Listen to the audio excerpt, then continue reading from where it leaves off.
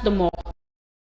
mu nekkoon benn sujet d'actualité boo xam ne mënoon a nekk fait divers mais dafa mel ni comme dafa am beneen tournant politique bu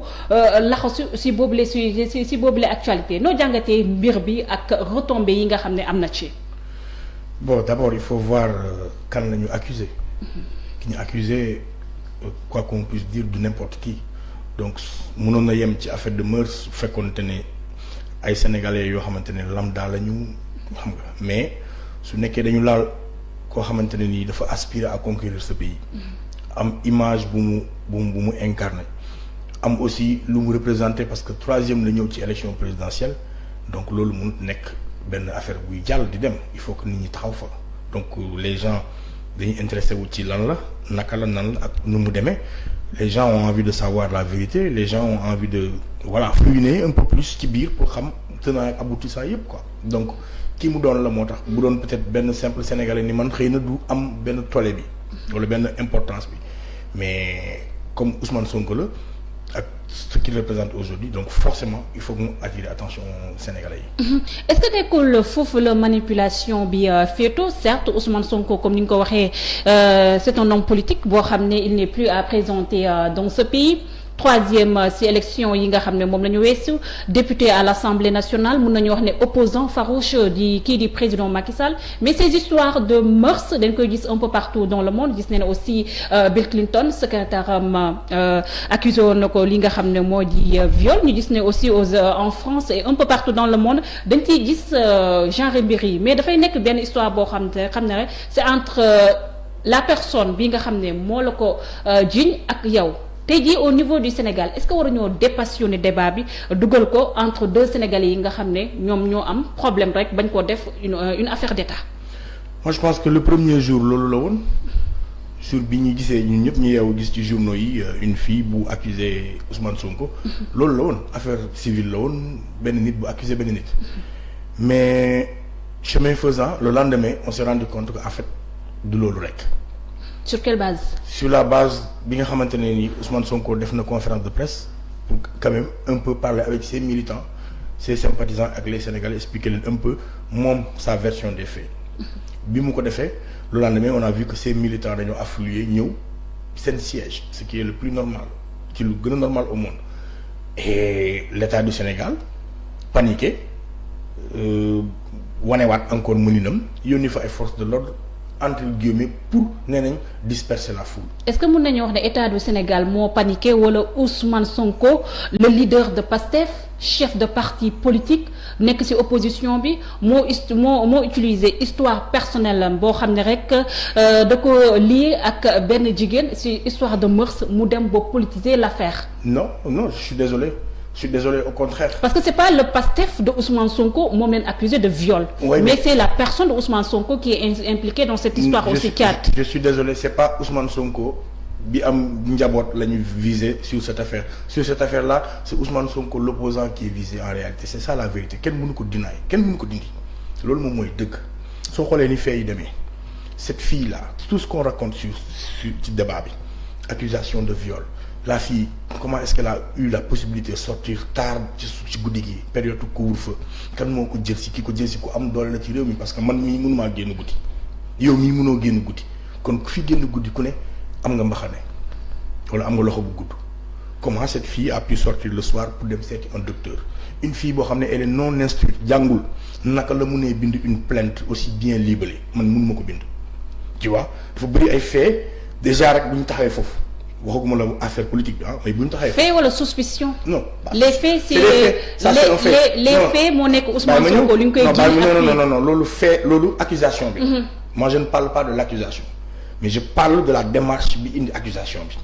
Une fille le soir qui a la possibilité de sortir au-delà de 22h 23h période couvre-feu kan moo ko génne fi mu nekkoon nan lañ ko jëlee fa mu nekkoon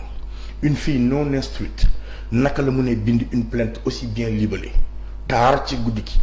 et tard ci guddi gi mu dem ba mun koo yóbbu dem hôpital defi test bi nga xamante ne pour nga def ko il faut nga fay plus de 200 000 moom elle a un salaire de 40 000 francs mu jiñ quelqu'un ci bu ñëwee ci fait bi maintenant mu jiñ koo xamante ne dafa soxla réewu Sénégal nekk farouche et unique peut-être opposant de Macky Sall ci li ñuy gis ces dernières années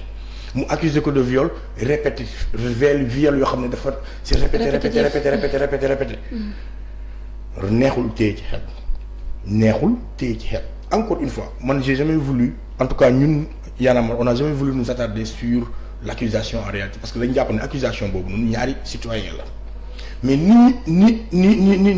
nguuru Macky Sall utiliser accusation bi contre l'opposant politique ñun loolu moo ñu tax a taxaw. mais pourquoi vous dites nguuru Macky Sall parce que dans cette histoire de mœurs da ngay gis ne carrément l'État du Sénégal amul benn yoon benn communiqué def na ko par rapport à ça da ngay gis ne sax ñu bëri sax nee nañ kii di président Macky Sall sur cette affaire da ngay gis ñoom boo leen ooyee sax sur les plateaux de télé dañuy bañ a ñëw bëgguñ cee wax. donc lan la si Macky Sall laale aussi. looloo gën a firndeel seen le fait qu'il soit. est-ce que nekkul foofu la manipulation. looloo gën a wane nag ne seen loxo nga ca biir le fait que ñu am ci mutisme noppi ci quand est-ce que ce régime là ñi nga xamante ne ay wax la ñuy def des gens yoo xam ne ils ont des insulteurs légaux. mais ils ont d'autres priorités la Covid est là. bàyyi ma ñëw Covid musul nekk seen priorité on va traiter une question après une autre mais mu ñëw ils ont leur insulteur légal Macky a créé ce job des insulteurs de la République ñi am salaire xam ngeen leen. Ces gens-là takkuñu seen ay rajo nekk di wax loolu mooy prouver que ne y a un complot et que ils sont dedans démarche bi ni mu demee depuis le début ñëw bunkeriser Ousmane Sonko def ko këram ñu tëj ko fa état de siège mu ci buntu këram maanaam domicile dañ ko tëj dañ ko comme loolu lu ñu doon gis ci yenn république yi yàgg yi ñàng yi comme aujourd'hui ce qu'on voit en Ouganda ak Museveni ak l'activiste qui voulait être président et tout yooyu nga xam ne dañ ko doon dégg. ñu tëj la si biir kër téye la foofu noonu ñu ne déet na waay PV yeeg plainte bi yeeg démarche bi ni mu mujjee ni ñu ko fokkatee ci loxo gendarmerie alors que gendarmerie ñu ngi doon def seen liggéey ba commencé démanteler ñan ñoo nekk ci bopp complot bi parce que en fait suñu jàppee la fii enquête ba xam kan moo ko jël si guddi enquête ba xam ban l'avocat moo ko bindal plainte bi enquête ba xam ban médecin la seeti ça veut dire que ñi ngi démanteler la source ñi ngi ñëw ñi ngi xam poursuite bi nu mu demee. procureur xëcc ci dossier bi ne gendarmerie bàyyi leen dem jébbal ko 8e cabinet procureur mooy kan c'est qui le procureur Macky Sall mooy procureur du Sénégal c'est ça Macky est le procureur de la République parce que moom mooy décider li ko procureur di jàpp ak procureur comme dul jàpp ak yan poursuite mooy am kan la ñuy def lan donc tout cela nous renseigne que dafa am politique bu ci biir et politique boobu Macky ñun mënuñ koo d'accord mënuñ koo may suñu réew fi mu toll nii que l'État du Sénégal utilise ñun lu ñu moom ñun muy suñu police muy suñu force de l'ordre muy suñu justice di ko def yatam bu muy dóoree ay opposants ñun loolu mënatuñ ko nangu. On a appris du passé l'affaire Karim Wade par exemple c'était une demande sociale forte demande sociale que de ramener l'argent du contribuable bi ñu ne dañ ko sàcc ñoom ñu takk seen ay rajo à l'époque Amath Dansokho dem si yàlla ñeneen ak ñeneen ne waaye autant de milliards peuple bi yëpp toog di xaar milliards yooyu noonu ñu utiliser suñu appareil étatique jël Antoine mi jox ko ay xaalis bu dul jeex ak roplaan mu wër àdduna bi yëpp ñoom indiwuñu 15 jàpp ñu kenn lu dul def deal ak complot génn Karim Wade ba tey xamoo yow sur quelle base la ñu ne jënd waaye Khalifa Sall d'accord ñu accuser ko encore moom it mu ñëw mais on a vu que la procédure ni ñu ko defee baaxul déglu ko sans ses avocats CEDEAO kaas kërëb ñun ñëpp peuple bi ñun ñëpp nous sommes complices ñëpp ñu toog ne non c'est l'affaire des politiques mais cette fois-ci on ne va pas laisser faire on a appris de ces erreurs là duñu ko nangu bi yoon duñu ko nangu affaire Ousmane Sonko Adji Sarr Ousmane Sonko citoyen sénégalais ak Adji Sarr dama bugg mu leer. Adji Sarr citoyen sénégalais. moom laa la wax da nga bugg mu leer dama bugg mu leer amul sénégalais bu buggul loolu leer. mais li ñu buggut mooy Ousmane Sonko président Pastef état du Sénégal nasaxal ko jaar ci prox ndollu benn accusation pour mën a éliminer un opposant ñun loolu lañ ne duñ ko d'accord. mais Thiat su ma la déggee bu baax wala sax su ma ànd ak yow ci thèse du complot bi wala sax la main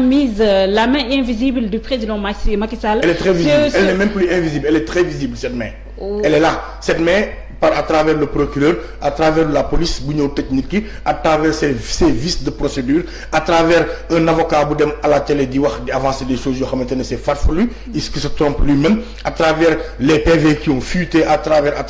on sait que la main de l'État n'est plus invisible elle est là elle est très visible. D'accord sur cette je continue sur cette affaire de mœurs. ñu gis ne aussi Bassirou Diomaye Faye nga xam ne mën nañoo wax ne c'est un proche de kii nga xam ne mooy Ousmane Sonko. nga xam ne sax ci conférence de presse am bi kii di Ousmane Sonko mu ngi xamal ne l'opinion nationale et internationale alerté woon nañ ko par rapport ak rek état bu Sénégal ñu ngi koy jéemal